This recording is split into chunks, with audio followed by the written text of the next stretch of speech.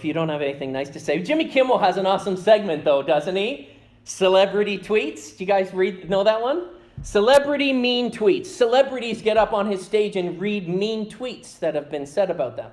Okay, now when I say this, I am not encouraging you to go home and Google that, because it seriously took me 10 minutes to find one that was appropriate to say on stage at church, okay? So please do not. People say mean things. That's the point. Don't Google it. People say mean things. But I did find a couple that I thought were awesome. And when I say that, I don't know what I mean by that. Jake Gyllenhaal, right? Everybody loves Jake Gyllenhaal.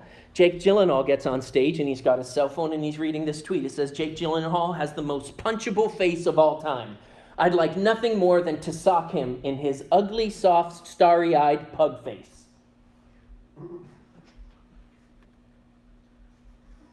Jake Gyllenhaal. Like, he's so nice. Jake Gyllenhaal. There was another one, Naomi Watts. The tweet says, not to sound mean, but Naomi Watts has such a blah face. I look at it and there's just nothing. Like a blank space where features should be. Do you figure that's what Solomon was talking about when he said, do not be quick with your mouth, do not be hasty in your heart to utter anything. But do you think Solomon was saying, don't be mean? I don't know, maybe. Proverbs 18:21 says, the tongue can bring death or life, and those who love to talk will reap the consequences. Another translation says, those who love it will eat its fruit. I like that one too. Do you like that? The tongue can bring death or life. Those who love to talk will reap the consequences. Any Scooby-Doo fans out there? Yeah, right? Okay, so when I was growing up, it was old Scooby-Doo, and I'm not dissing new Scooby-Doo, I'm just saying that everything changed. Okay, there was a point at which Scooby-Doo got kind of weird. I'm just throwing that out there. But in one episode where there were voodoo dolls. Okay, do you guys know what voodoo dolls are? Voodoo dolls, whenever they are handled, the person after which they are fashioned experiences the corresponding trauma. Know what I mean by that? That means if you pummel Daphne doll for play, you pummel Daphne in real life.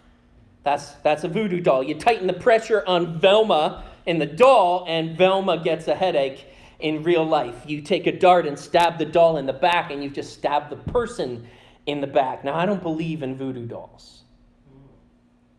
Like, I don't believe in voodoo dolls, but I do believe that enough of us tell Jake Gyllenhaal that he's got an ugly, soft, starry-eyed pug face that he might start to believe it.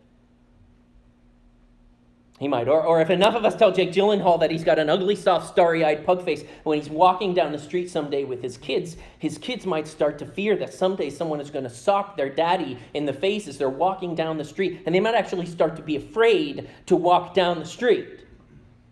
So I do believe in that.